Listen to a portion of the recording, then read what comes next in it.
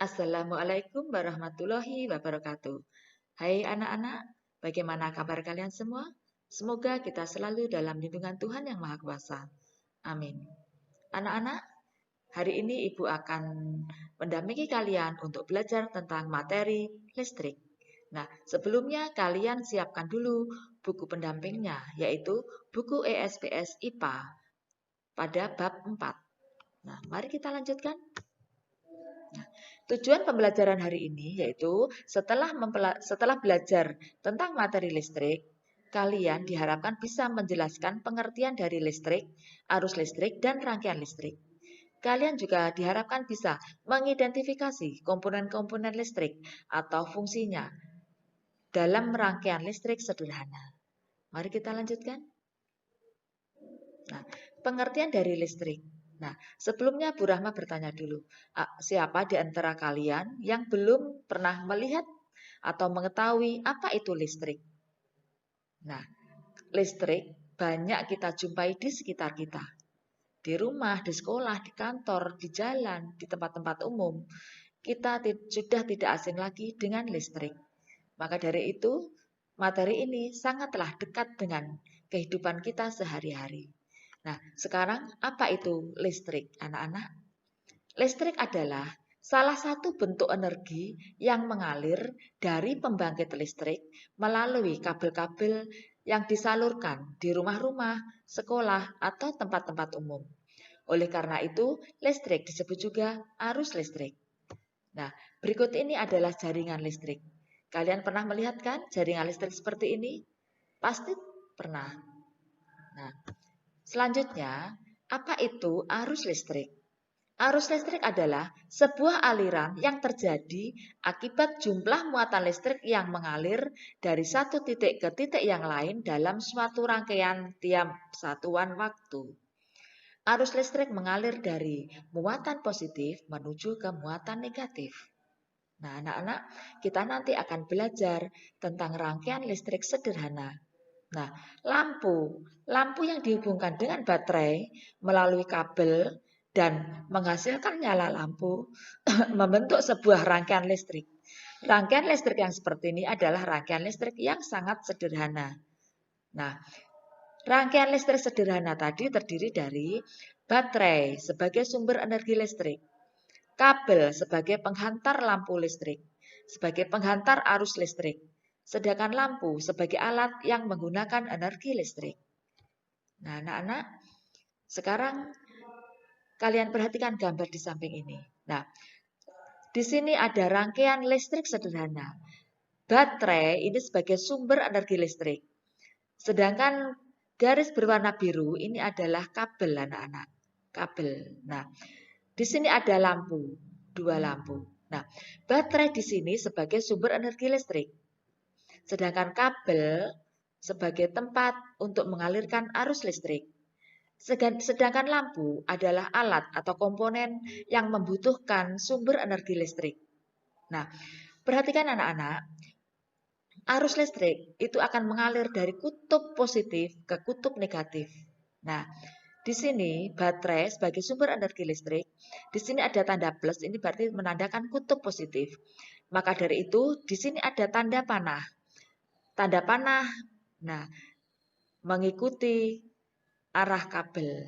Nah, di sini dari kutub positif menuju ke kutub negatif.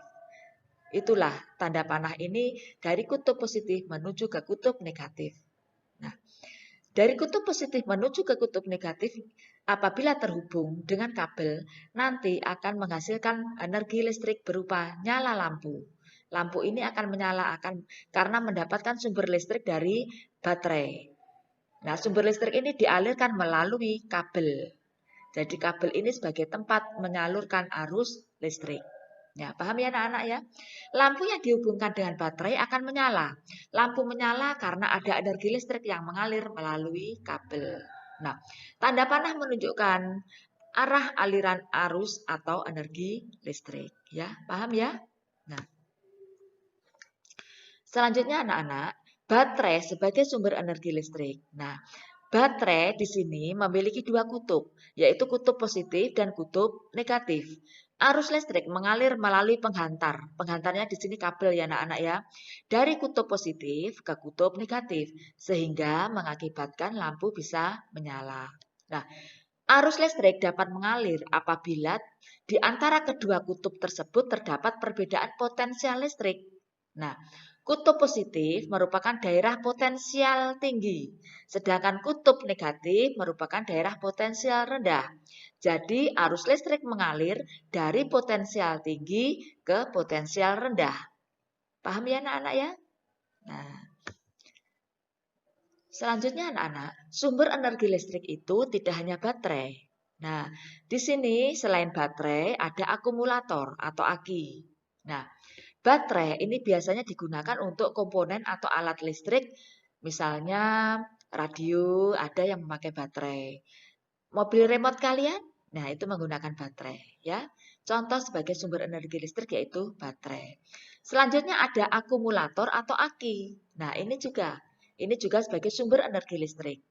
Akumulator atau aki biasanya dipasang di mobil, di sepeda motor, di traktor, ya anak-anak ya. Selanjutnya di sini ada dinamo. Dinamo ini juga sebagai sumber energi listrik. Dinamo biasanya dipasang di sepeda. Sebagai penghasil cahaya lampu pada sepeda menggunakan dinamo. Paham ya? Selanjutnya ada yang lebih besar lagi yaitu generator. Nah, generator ini juga sebagai penghasil listrik. Generator biasanya dipasang di dekatnya pembangkit listrik. Pembangkit listrik tenaga air. Nah, menggunakan generator sebagai pengubah energi gerak menjadi energi cahaya, ya, generator, ya, paham ya? Jadi sumber energi listrik paling tidak ada 4, yaitu baterai, akumulator atau aki, dinamo, dan generator. Generator inilah nanti yang digunakan oleh PLTA, ya, pembangkit listrik tenaga air, pembangkit listrik tenaga diesel, pembangkit listrik tenaga angin. Pembangkit listrik itu menggunakan generator ya. Selanjutnya anak-anak, kita juga akan belajar tentang rangkaian listrik. Nah, sumber listrik dengan alat atau komponen listrik saling terhubung dan akan membentuk rangkaian listrik. Nah, rangkaian listrik yang akan kita pelajari adalah rangkaian listrik sederhana. Dalam rangkaian listrik sederhana, alat atau komponen yang sering digunakan adalah, tadi sudah kita bahas ya, lampu, dudukan lampu atau fitting, dan saklar. Nah, selain itu ada juga baterai sebagai sumber listrik dan ada kabel sebagai sebagai tempat saluran arus listrik. Ya, ini lampu, ini fitting atau dudukan lampu. Jadi lampu di sebelah sini nanti akan dihubungkan di fitting.